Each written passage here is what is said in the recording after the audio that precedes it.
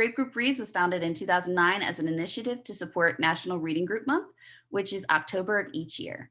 Since then, we have produced an annual list of recommended reading that is used by bookstores, reading groups, educators, and individual readers across the country.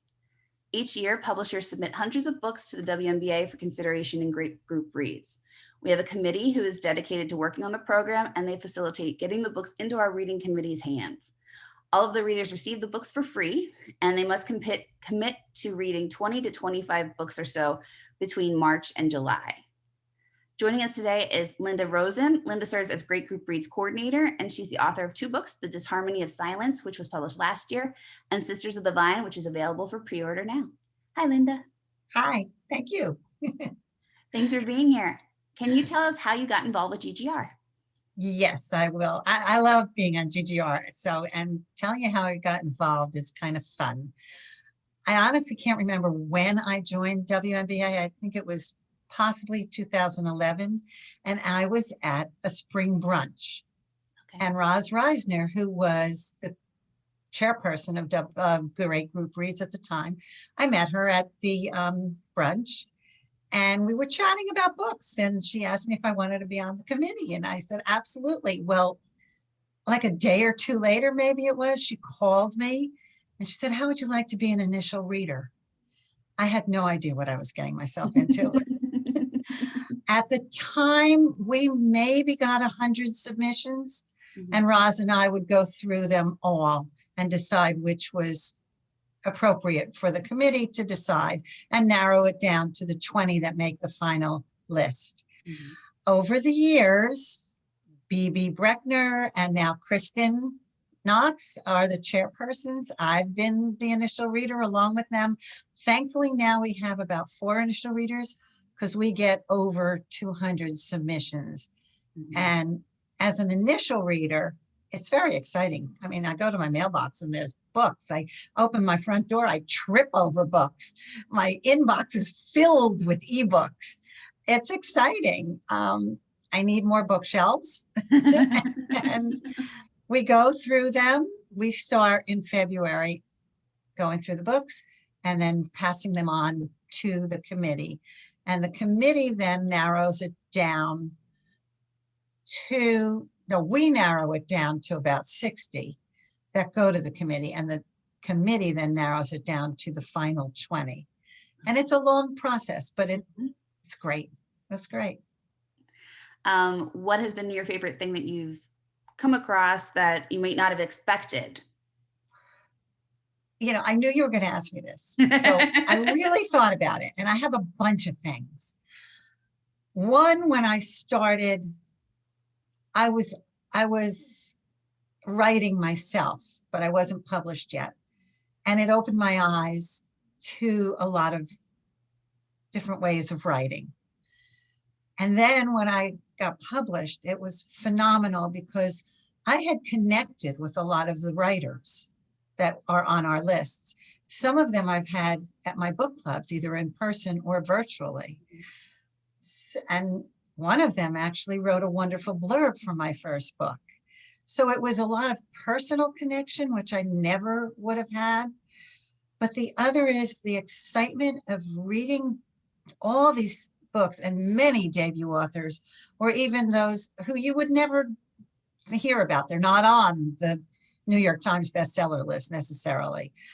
And the best one was, I don't remember what year it was, we got the ARC for All the Light We Cannot See by Anthony Doerr.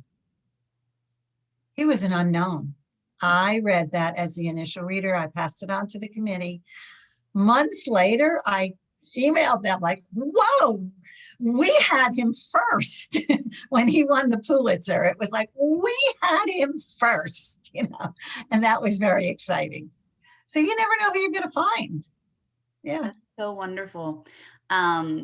For those of you who don't know, we also have a book club that reads Great Group Reads books. And we try to have the authors come and talk to the organization a few days later. So it's been great over the last few months talking to the authors from their perspective of what Great Group Reads has meant for them. And so many, like you said, are debut authors, and it helps to give them traction and to help publicize their books and expose us to these amazing works, like you said, aren't on those big lists. So And that's such a I tell benefit for you, both the reader and for the oh author. yeah, it's a win-win for everybody. And it was really interesting when BEA was in person, and I would go to BEA around to the different tables of Book Expo America, and I had my tag on that said Great Group Reads. Publishers would stop me and saying, "We love Great Group Reads. We love you," because they wanted their books out on our lists. So it's been very exciting. It's a great committee, and we can always use more readers. And I will be showing a slide at the end just to give people information for how you can become a reader. All you have to be is a WNBA member. So, That's right. from a reader standpoint, how has reading so many books helped you? I've I've listened to voice much more. I've become more aware of it. I've become more aware of how a writer has developed their character and the little nuances in the books, where probably before reading so many, I read more for plot, and now I read more for a plot for sure, but a lot more about craft. That's really And interesting. it's just opened my eyes to so many books. Do you have any other favorites that you've come across over the years? Oh God, yeah. Off Um, okay, the well, top of your head. yeah, off the top of my head. The Bookwoman of Troublesome Creek, That's a good one. loved her book. Oh gosh, I can't, like, blah. Susan Meisner, we had one of her books, I can't remember which one, but I loved it. Um, it's too hard. That's too hard. I understand. I put you on the spot. Mothers and Other Strangers by Gina Sorrell, because she's the one who wrote the blurb for my book. That was a great one. Oh yeah, there've been just so many. I'm sure I'm missing some of my very favorites, but yeah. One of my favorite things about GGR is that the books are so diverse. You have fiction that can be historical fiction, contemporary fiction. You can have memoir.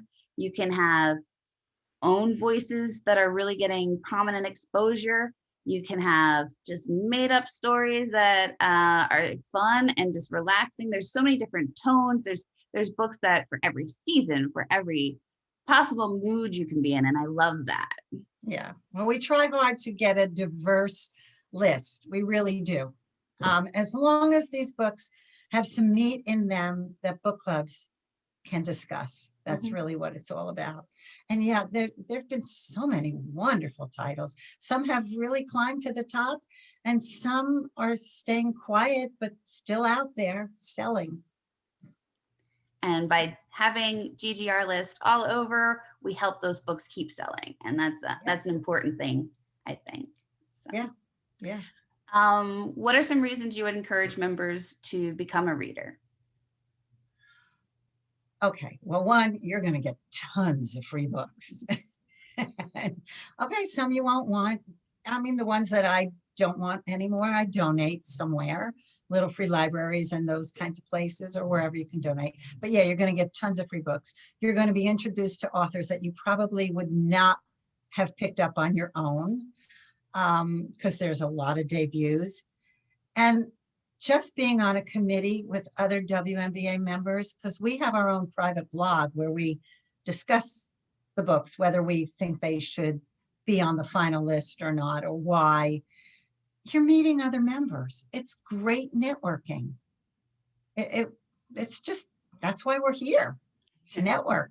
Mhm. And to talk about our shared love of books. That's what the Yeah, WNBA is all about. yeah, yeah.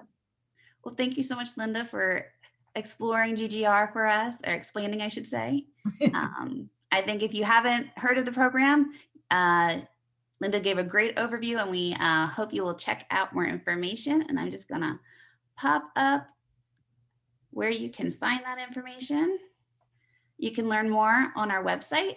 It has information for publishers for how to submit to GGR this year, which is now open for submission, and then also information for how to become a reader. And then if you haven't visited our website, we have other great programming that we'd love you to explore. And we do have events that are held monthly or multiple times a month. So hopefully you'll join us for one of those. So, thank you so much, Linda. Thank you. I love talking about it, so thanks a lot.